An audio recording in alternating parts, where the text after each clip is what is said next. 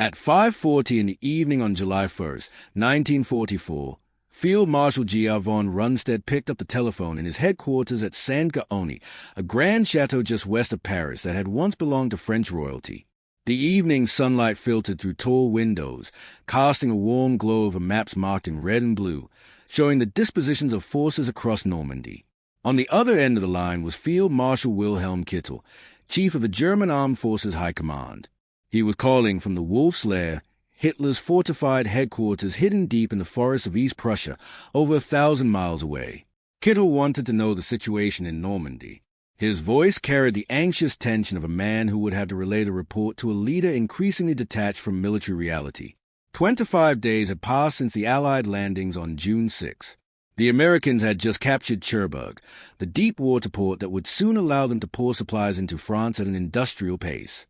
The British were grinding toward Caen, the key city controlling the road network into the French interior.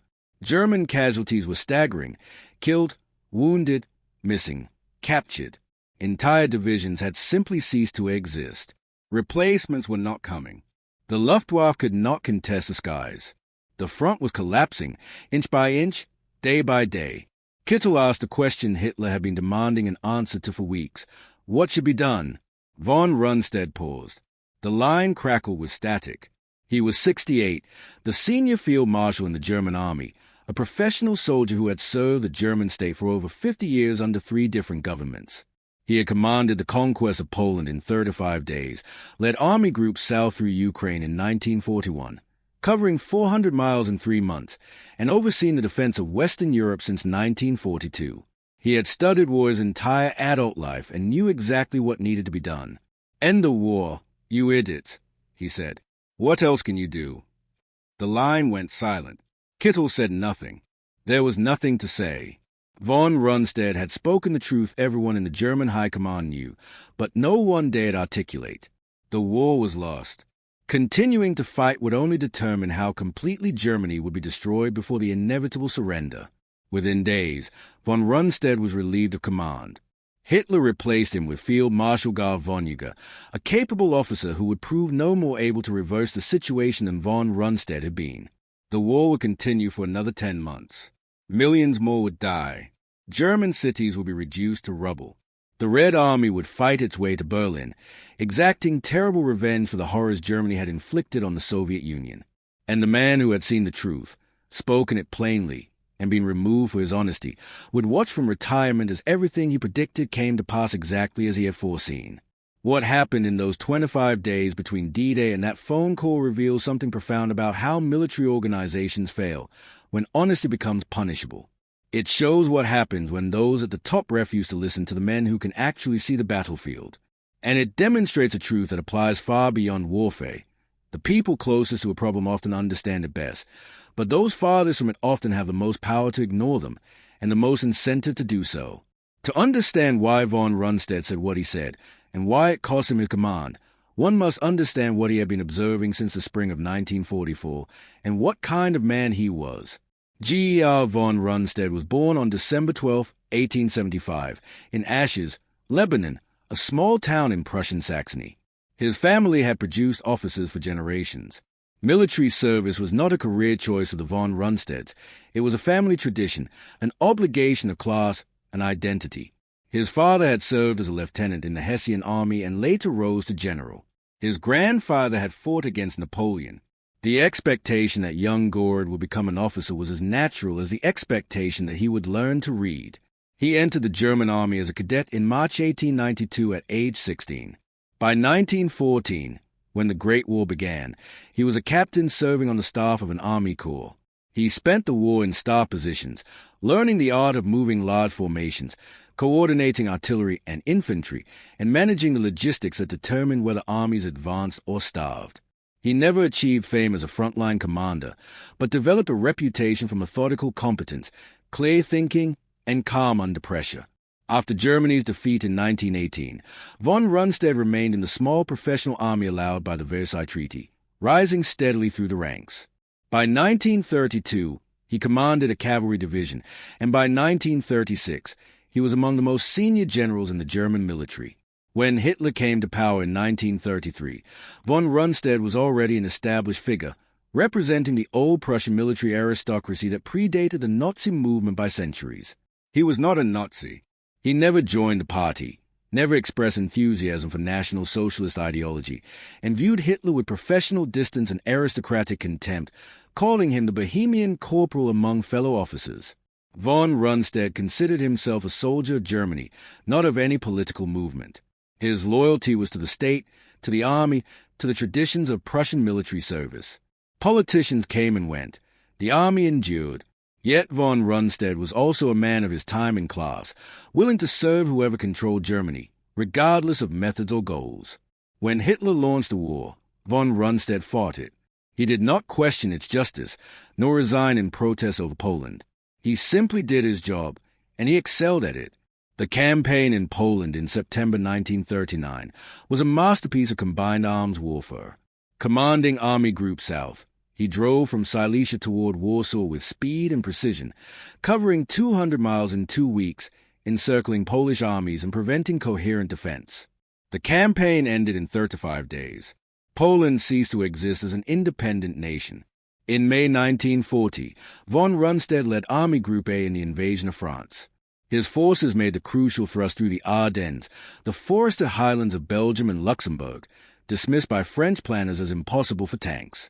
7 panzer divisions drove through narrow roads, emerging behind the main French defenses. Within 6 weeks, France surrendered. It was the greatest German military victory since the wars of unification in the 19th century. In June 1941, von Rundstedt commanded Army Group South in the invasion of the Soviet Union. His forces drove through Ukraine, covering 400 miles in 3 months and capturing Kiev in one of history's largest encirclements.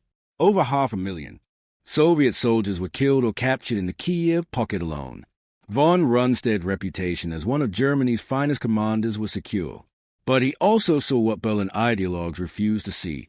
The Soviet Union was not collapsing. Despite catastrophic losses, the Red Army did not surrender. New divisions replaced those destroyed. Soviet industry, evacuated beyond the Ural Mountains, continued to produce tanks and aircraft.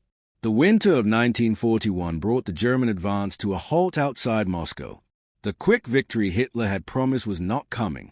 In December 1941, von Rundstedt ordered withdrawal from Rostov, a city in southern Russia that his forces could no longer hold. Hitler was furious. He had forbidden any retreats. Von Rundstedt offered his resignation, and Hitler accepted it. For the first time, the field marshal learned what happened to commanders who told Hitler things he did not want to hear. But Germany needed von Rundstedt. In March 1942, Hitler recalled him and appointed him Commander-in-Chief West. His job was to prepare the defense of the Atlantic coast from Norway to Spain, nearly 3,000 miles of coastline. The Allies would eventually invade. Everyone knew it.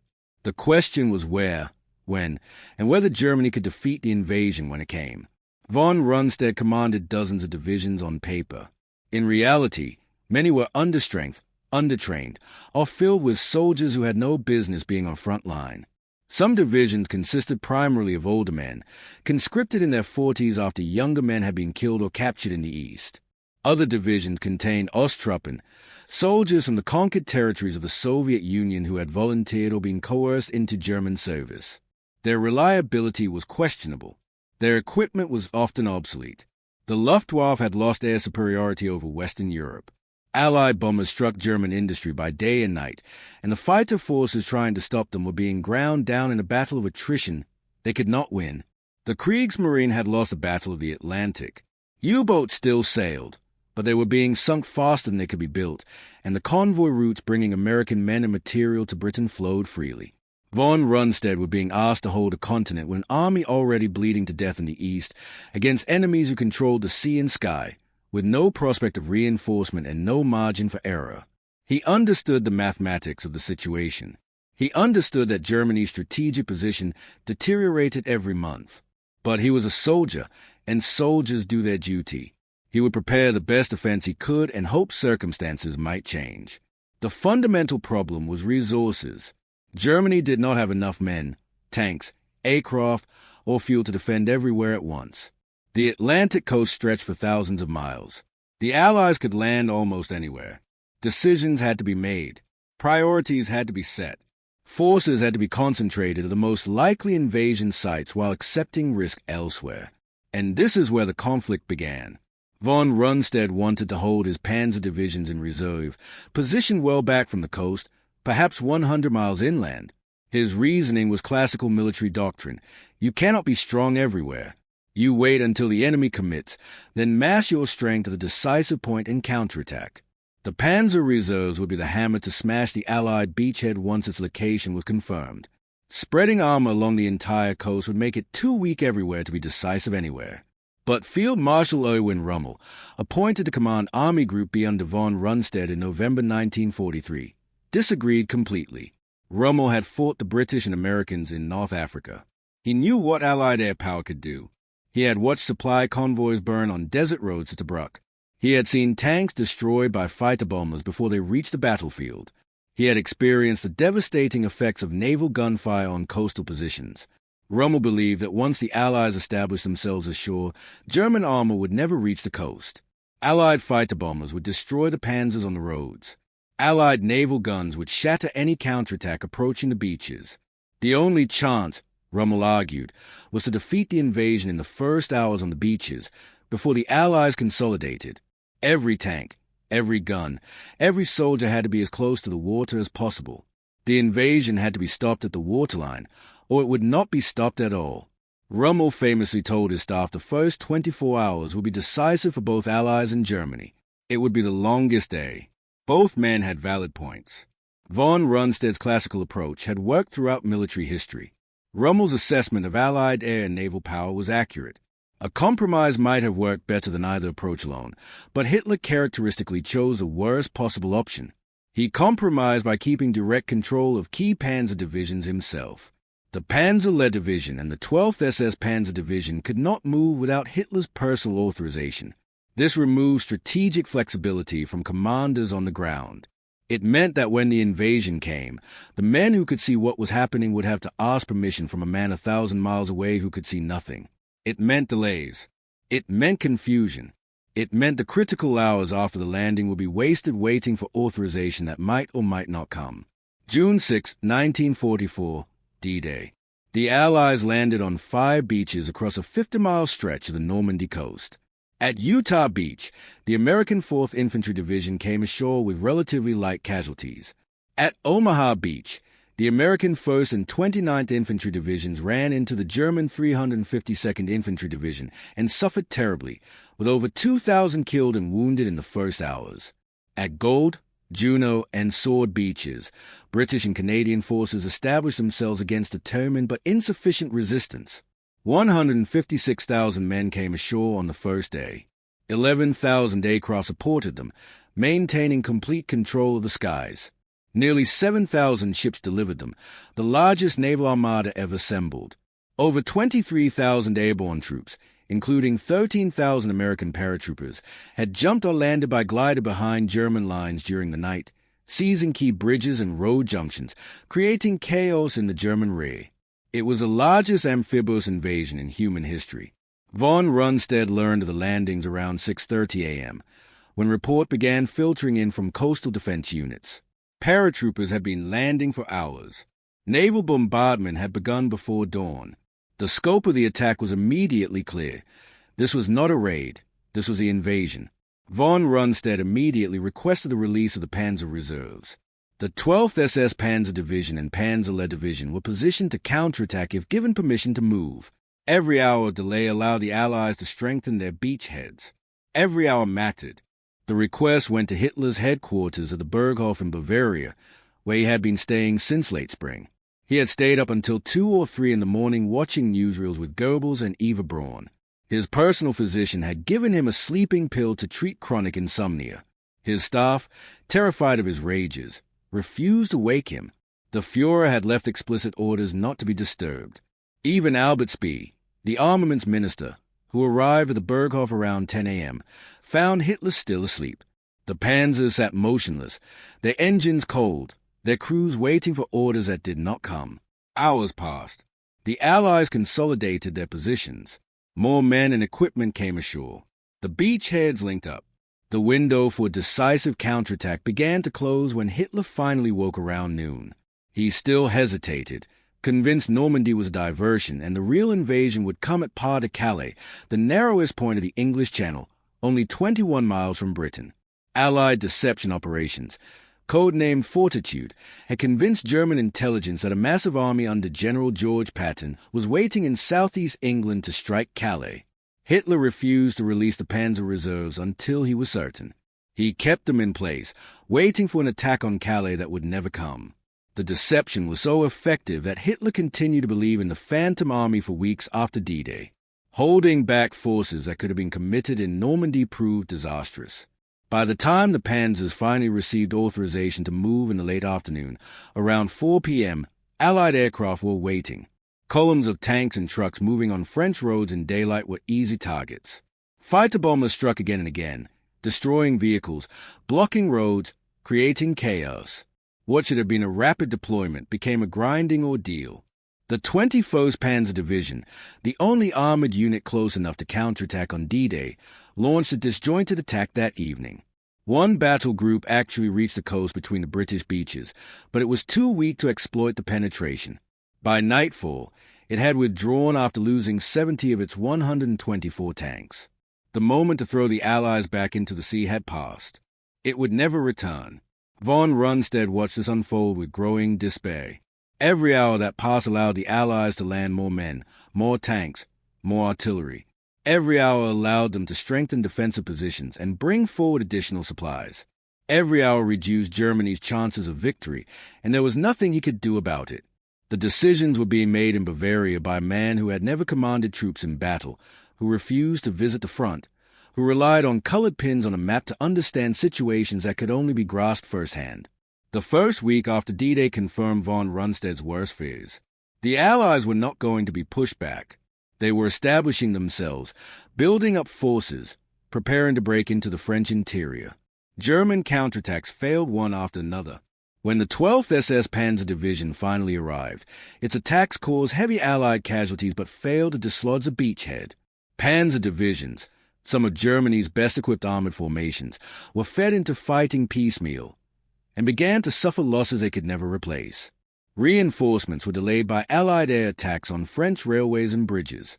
The systematic destruction of the French rail network had been underway for months before D-Day. Now, its effects were fully felt. Divisions that should have reached Normandy in days took weeks. The French resistance added to the chaos, cutting telephone lines, ambushing convoys, providing intelligence to the Allies. The front was stabilizing, but it was stabilizing in favor of the enemy. On June 17th, 11 days after the landing, von Rundstedt and Rommel met with Hitler at Maraval, a command bunker complex near Swissens known as Wolfsluck II, built in 1940 for the planned invasion of Britain. It was the only time Hitler would use this facility. It was also the first time Hitler had been to France since the armistice in 1940. He had refused to visit the front despite repeated requests. Now he came, but only to a bunker far behind the lines, protected by layers of security. He had flown from Bosch's garden to Metz the previous day, then traveled by motorcade overnight. Hitler arrived pale and exhausted, his hands trembling visibly. He walked with a stoop. His famous energy had given way to nervous agitation, alarming the officers who saw him. Later, it would be understood he was suffering from Parkinson's disease, though at the time symptoms were attributed to stress and overwork. Rommel spoke first. He described the situation with brutal honesty. The front was barely holding. Casualties were running at 2,500 men per day, while replacement arrived at perhaps 1,000. The Allies had complete air superiority. German soldiers could not move, resupply, or reinforce in daylight without being attacked from the air. Every day, the Allied buildup grew stronger, while German strength diminished. The mathematics of the situation were undeniable. Unless something changed dramatically, the front would eventually collapse. Rommel urged Hitler to consider the political implications. If the war in the West could not be won militarily, perhaps a diplomatic solution should be sought. Negotiations might preserve some of Germany's position before total collapse made any settlement impossible. Hitler erupted. He accused Rommel of defeatism, of lacking faith, of failing to understand the situation. He insisted new weapons would turn the tide. V-1 flying bombs had just begun hitting London. V-2 rockets would follow. Jets would sweep Allied bombers from the sky. Wonder weapons would change everything. Hitler demanded the troops fight for every inch of ground. No retreats, no withdrawals. Every position would be held to the last man. War would overcome material disadvantage. Belief would conquer arithmetic. He ordered Cherbourg held at all costs. The conference ended abruptly when a stray V-1 rocket fell nearby, sending everyone scrambling for cover. Von Rundstedt said little during the meeting. He had learned arguing with Hitler was pointless. The Führer did not respond to reasoned analysis. He responded to his own intuitions, his beliefs, and his conviction that he understood war better than professionals who had studied it their entire lives. Von Rundstedt later assessed the discussion as a failure. The man who once made bold, decisive gambles based on accurate assessments of enemy weakness was now clinging to fantasies about miracle weapons and unshakable determination. The meeting ended without resolution. No strategic change was authorized. Orders remained the same. Hold everywhere. Counterattack when possible. Wait for wonder weapons. Have faith. Von Rundstedt and Rommel returned to France knowing they had failed to change anything. They had presented the facts, explained the situation, and been ignored. Both now understood the war would continue until Germany was utterly defeated, because the man in charge would not permit any other outcome. The situation deteriorated rapidly. On June 18th, American forces cut off the Cotentin Peninsula, isolating the fortress of Cherbourg with its vital port facilities. Hitler ordered the garrison to hold to the last man. They fought with determination, but determination could not stop American artillery and infantry. The city fell on June 26th and 27th. After desperate fighting, the garrison commander surrendered. The harbor fortifications held until June 29th before finally capitulating. American engineers soon had the port partially operational. Within months, it would handle 14,000 tons of supplies per day. Meanwhile, the British were grinding toward Corinth, the key city Montgomery had hoped to capture on D-Day itself. 3 weeks after the landing, Corinth was still in German hands, but the battle consumed Germany's armored reserve at an unsustainable rate. Operation Epsom, launched on June 26, pushed the British within 2 miles of the city before being halted by desperate German resistance. Halting the offensive cost Germany tanks and trained crews it could never replace. The panzer divisions von Rundstedt had wanted for mobile operations were ground down in static defensive fighting. Every day, dozens of tanks were destroyed by naval gunfire, artillery, fighter bombers, and Allied armor. Veteran crews who had taken years to train were killed or wounded. The German army in the West was bleeding to death, holding ground it would eventually lose. Von Rundstedt understood this. Rommel understood this. The commanders on the ground understood this. Only Hitler refused to understand. On June 29th, von Rundstedt and Rommel met with Hitler again, this time at the Berghof, his mountain retreat in the Bavarian Alps. They flew from France to Germany, a journey of several hours, leaving the crumbling front behind. That the field marshals had to travel 1,000 miles to speak with their commanders said everything about the dysfunction of German command arrangements. Rommel again laid out the situation in terms that could not be misunderstood. The front cannot hold indefinitely, he said. The troops are fighting bravely, but they cannot fight tanks with rifles. They cannot stop aircraft with machine guns. Every day we lose ground we cannot retake. The Allies grow stronger while we grow weaker. The only question is whether we lose a war slowly or quickly, whether we spend our entire army holding worthless territory or preserve it for defense that might actually succeed. Hitler responded with familiar arguments. New divisions would arrive. Wonder weapons would devastate England. The alliance between the Western powers and the Soviet Union would collapse under its own contradictions. The Western democracies would lose their will to fight when casualties mounted. Germany only needed to hold on until the tide turned. Von Rundstedt finally spoke. He had listened to these arguments for months. He had watched them fail to correspond with reality for months. He was tired of polite professional discourse that changed nothing. The war in the West is lost, he said. Not losing, but lost. The question is not whether Germany will be defeated, but when and at what cost. Every day the war continues. More German soldiers die for nothing. Every day brings more destruction to German cities. The only rational course is to seek an end to the fighting before Germany is utterly destroyed, before there is nothing left to save. Hitler stared at him. The room fell silent. Other officers looked at the floor, unwilling to be associated with such dangerous candor. Then Hitler began to speak, his voice rising in fury. He accused von Rundstedt of cowardice, of defeatism, of betraying the German people and the soldiers fighting at the front. He insisted that victory was still possible if only the generals would believe in it, if only they would fight with the determination he demanded. The meeting ended without resolution. Nothing had changed. Nothing would change. Von Rundstedt and Rommel flew back to France knowing that they had spoken the truth and been rejected for speaking it. 2 days later, on July 1st, 1944, came the telephone call from Kittel. The immediate trigger was a collapse of defensive positions around Cherbourg and the deteriorating situation on the Cotentin Peninsula. That afternoon, the German High Command had countermanded von Rundstedt's orders, allowing armored units to withdraw from Allied naval gunfire range near Caen. Kittel, speaking for Hitler, wanted to know what should be done to stabilize the front. Von Rundstedt had no patience left for the Cherbourg situation. He had been warning for weeks. He had been ignored for weeks. He had watched good soldiers die for weeks in a cause already lost. When Kittel asked what should be done, von Rundstedt answered with the only honest response left: "End the war, you idiots. What else can you do?" The words were not diplomatic. They were not couched in the careful language generals use when addressing political leadership. They were not softened with qualifications or hedged with alternative interpretations. They were blunt, direct, and devastating, and they ended von Rundstedt's command. Hitler's response came swiftly. The next day, July 2nd, he issued the dismissal order. Field Marshal Gerd von Rundstedt was summoned to take over as Commander-in-Chief West.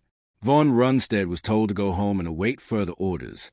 The official announcement attributed his departure to age and ill health. There was no court-martial, no public disgrace, no dramatic confrontation. Hitler still needed the appearance of support from the old Prussian military aristocracy, still needed the prestige officers like von Rundstedt brought to the regime. But von Rundstedt's active career appeared over. He had spoken the truth, and truth was not tolerated. What followed proved every word von Rundstedt had spoken accurate. Von Rundstedt arrived confident he could succeed where von Rundstedt had failed. He had commanded successfully on the Eastern Front and believed the situation in the West could be stabilized if handled properly. Within days he understood the reality. The situation was exactly as bad as von Rundstedt had described, perhaps worse. The Allies were not going to be stopped. On July 20th, 1944, less than 3 weeks after von Rundstedt's dismissal, a group of German officers attempted to assassinate Hitler. Colonel Klaus von Stauffenberg planted a bomb in a briefcase under a conference table at the Wolf's Lair during a briefing. The bomb exploded at 12:42 p.m., killing 4 and wounding many others. But Hitler survived. A heavy oak table shielded him from the worst of the blast. He emerged with burst eardrums, burns, and wooden splinter wounds, but very much alive. The conspiracy collapsed within hours. The conspirators, assuming Hitler dead, had begun implementing Operation Valkyrie. When news came that Hitler survived, the coup fell apart. The conspirators were arrested, tortured, and executed. Stauffenberg was shot by firing squad in the courtyard of the Bendler block shortly after midnight, shouting, "Long live sacred Germany," with his last breath. Others were hanged with piano wire from meat hooks. Their deaths were filmed for Hitler's viewing. Thousands more were arrested in the purge that followed, rounded up by the Gestapo for any connection, however tenuous, to the resistance. Nearly 5,000 people were eventually executed in connection with the plot. Rommel was implicated. He had known of the plot and not reported it. Some evidence suggested more active involvement, though he denied this under interrogation. The evidence was strong enough that Hitler could not ignore it. But Rommel was too popular for trial. His victories in North Africa made him a national hero. A public trial would reveal Germany's most famous general had turned against the regime. Rommel was offered a choice: face the People's Court, where conviction and execution was certain and his family persecuted, or take poison and die as a hero, preserving his family and reputation. The state would announce he died of earlier wounds from a strafing attack and give him a state funeral with full military honors. On October 14, 1944, Two generals, Wilhelm Burgdorf and Ernst Mazel, arrive at Rommel's home inhaling him with a poison. Rommel had been recovering from wounds suffered when his staff car was struck by Allied aircraft in July. He told his wife Lucy and son Manfred what was about to happen. He said goodbye, walked to the waiting car, and swallowed the cyanide capsule. He was 52 years old. The man who understood Normandy better than almost anyone, who had urged Hitler to seek peace while there was still something to negotiate, was dead. The state funeral presented him as a hero who had died of his wounds. Von Rundstedt fared no better. In early August, the American breakout at St. Lo shattered the German front. Operation Cobra punched through German lines and poured into the French interior. Von Rundstedt ordered a counterattack at Mortain that Hitler demanded, even though he knew it were hopeless. The counterattack failed. German forces were nearly encircled at Falaise as American and British troops closed the trap around them. Over 50,000 German soldiers were killed or captured. The German 7th Army ceased to exist as an effective fighting force. When Hitler suspected von Rundstedt of attempting to negotiate with the Allies, he was recalled to Berlin. On August 19, 1944, on the road back to Germany near Metz, von Rundstedt pulled his car to the side and swallowed cyanide. He was 61. He left a letter to Hitler urging him to show the greatness needed to end a hopeless struggle. The letter changed nothing. The pattern was unmistakable. Every senior commander who saw the truth and spoke it was destroyed. Hitler surrounded himself with men who told him what he wanted to hear and destroyed those who told him what he needed to hear. The system punished honesty and rewarded delusion. It guaranteed its own failure. Meanwhile, the military situation collapsed exactly as von Rundstedt had predicted. Paris fell on August 25, 1944, liberated by French forces with American support. By September, the Allies were at the German border. The Netherlands, Belgium, and most of France had been liberated. The Wehrmacht in the West had lost over 400,000 men since D-Day. The war von Rundstedt had said was lost in July consumed another 8 months of fighting. The bombing campaign intensified. German cities burned. Dresden, Hamburg, Cologne, Berlin, and dozens of others were reduced to rubble. Hundreds of thousands of civilians died. Industrial production collapsed. The transportation network disintegrated. Germany was being systematically destroyed while its leadership insisted victory was still possible. On the Eastern Front, the situation was even more catastrophic. Operation Bag Ration, launched by the Soviets on June 23, 1944, annihilated German Army Group Center in a defeat even worse than Stalingrad. The Soviets advanced 400 miles in 2 months, reaching the outskirts of Warsaw by August. By January 1945, they had reached the Oder River, less than 50 miles from Berlin. Millions died, soldier and civilian alike, in a war that continued only because one man refused to accept reality, surrounding himself with subordinates too afraid or too loyal to tell him the truth. Remarkably, von Rundstedt's story was not over. In September 1944, with Germany facing invasion from both east and west, Hitler recalled von Rundstedt to command.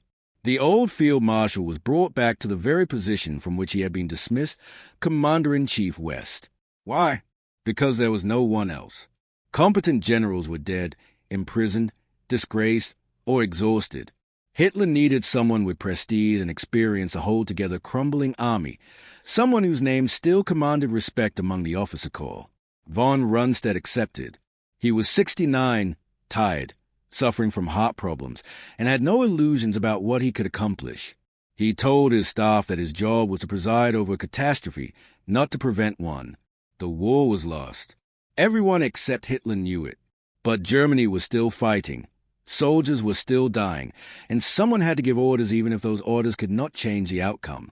In December 1944, Hitler launched his last great offensive in the West. The attack through the Ardennes, later known as the Battle of the Bulge, was Hitler's plan, not von Rundstedt's. The field marshal had opposed it from the start. He believed the forces allocated were insufficient for the objectives assigned. He believed the logistical situation made sustained offensive operations impossible. He believed the entire concept was strategically unsound, a gamble that could not succeed and would consume Germany's last reserves. Fuel did not exist to reach Antwerp, the stated objective. The Luftwaffe could not provide sustained air support. Even if the attack broke through, it could not be exploited or sustained. Von Rundstedt proposed a more limited attack, a small solution that might achieve local success without risking everything. Hitler rejected it. The attack would proceed as he ordered. The offensive began on December 16, 1944, with approximately 30 divisions, the last significant operational reserves Germany possessed. It achieved complete surprise. The Americans were caught unprepared, convinced Germany no longer had the strength to attack. The front buckled. A bulge 50 miles deep formed in the American lines. Some units were overrun. Others fled in panic. For a few days, it seemed Hitler's gamble might succeed, but von Rundstedt was right about everything that mattered. The offensive ran out of fuel before reaching its objectives. German tanks stood motionless on roads, fuel tanks empty, easy targets for Allied aircraft once the weather cleared. American resistance at key points, particularly Bastogne, delayed the advance and disrupted the timetable. When the skies cleared after Christmas, Allied air power returned with devastating effect. The bulge began to shrink.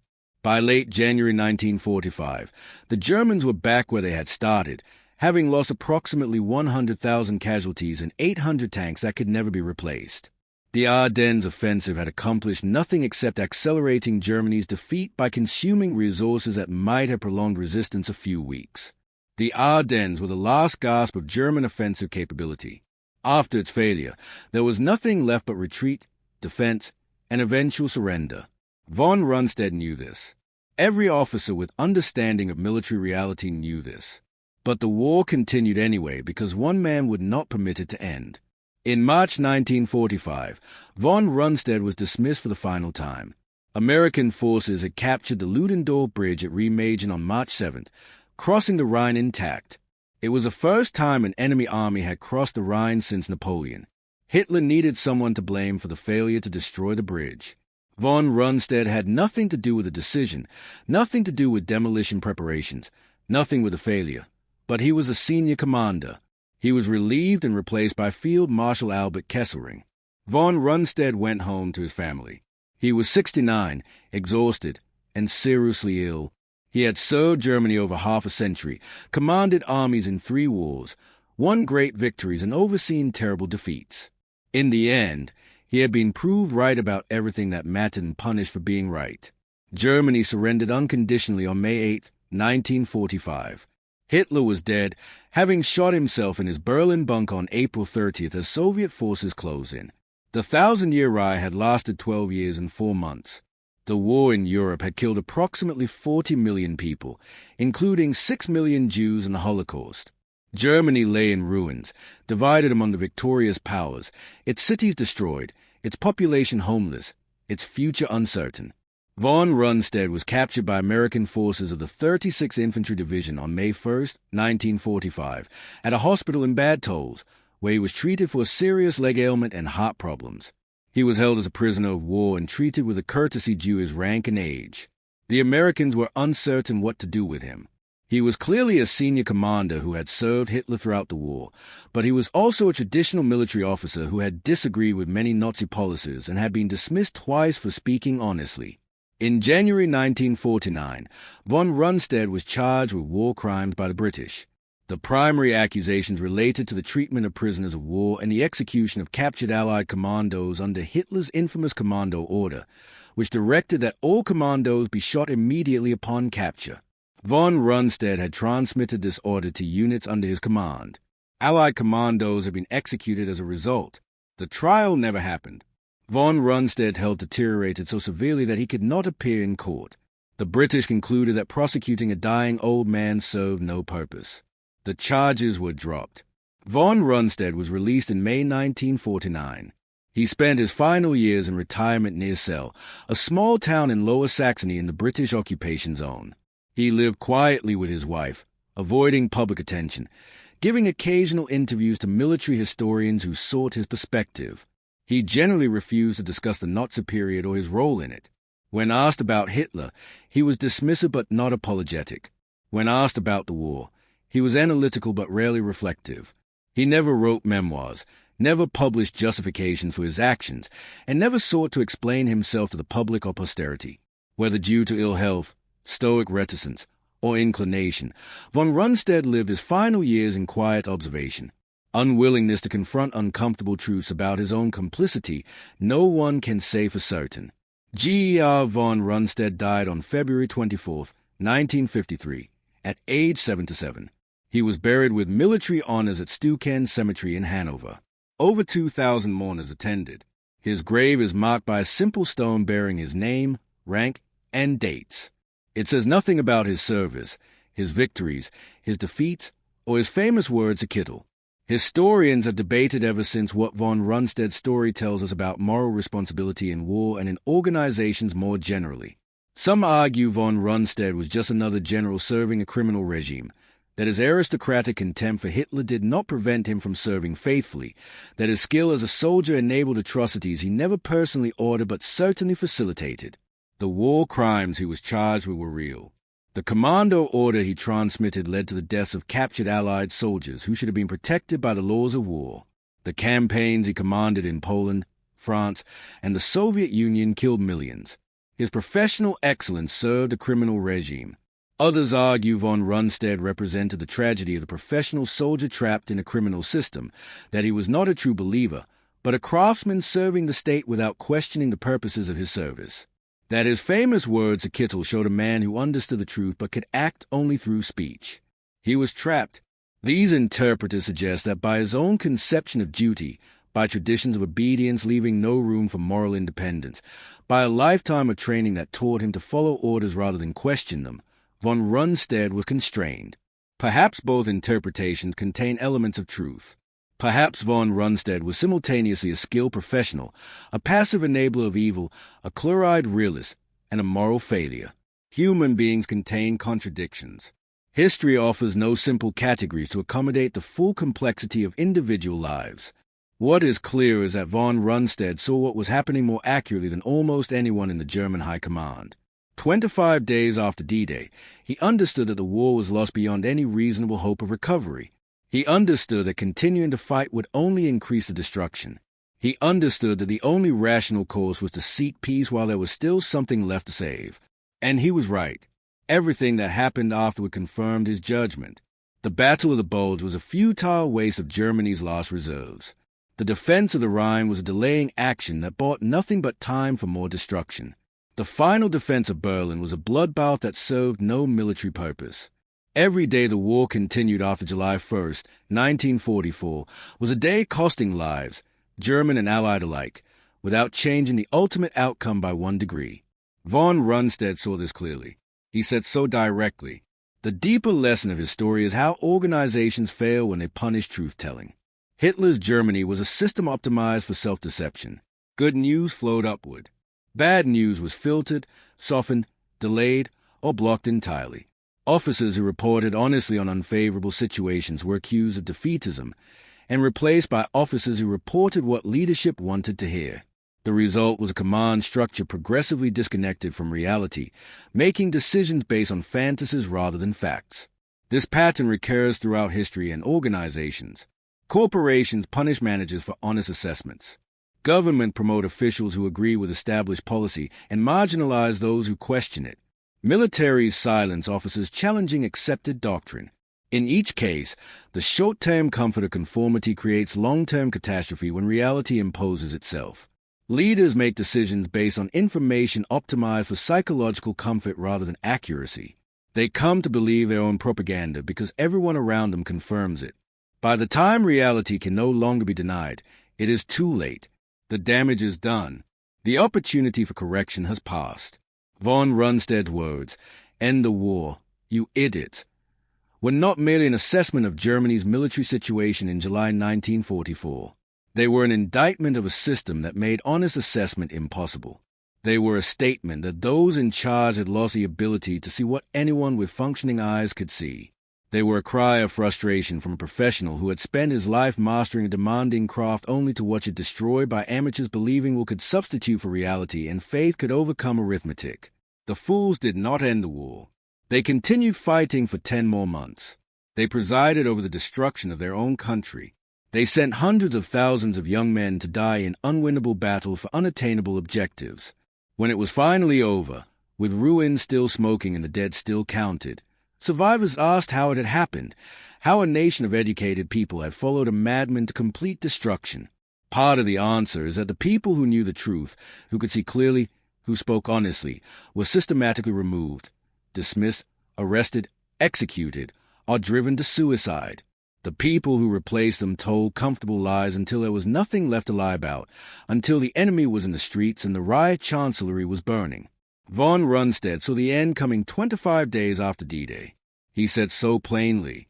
He was removed for honesty, and Germany burned for another 10 months because no one in power could bear to hear what he had to say. If you found this story as compelling as we did, please take a moment to like this video. It helps share more forgotten moments from the Second World War with a wider audience. Subscribe to stay connected with these untold histories. Each story matters. Each story deserves to be remembered, and we would love to hear from you. Leave a comment below telling us where you are watching from. Our community spans continents and generations. From veterans to history enthusiasts, from students to scholars, you are part of something meaningful here. Thank you for watching, and thank you for keeping these stories alive.